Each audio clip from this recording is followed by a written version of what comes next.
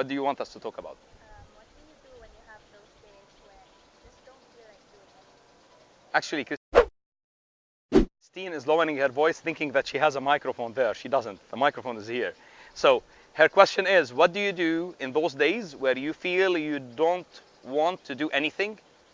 Andy asked, does he have any of those days? Let me tell you something. Yes, at least I don't want to do what is productive and what I should do that day probably. And this happens, yeah, Andy? It does. Let me tell you something. Remember that you're going a destination that is pleasant and the route is full of fun. What is more pleasant to do than what I am doing now?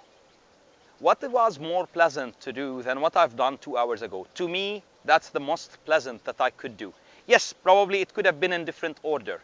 I wouldn't want it to be in a training 2 hours ago. I would want to be in training 4 hours later. However, regardless of the order, I know that I enjoy it. And I know that I should do it. And I enjoy the result. And I've created enough track record of pleasance. I've created enough track record of things that did work. And when you do so, you wake up in the morning and you remember the following. I have done it every day for the last 3,000 days. Actually, it's more, much more. It's around 9,000 days. Can I do it again for the coming 9,000 days? Have I enjoyed the route and the result of the past 9,000 days? I believe I enjoyed each. Are you enjoying your time, Christine, today? Are you? My wife doesn't enjoy her time with me regardless.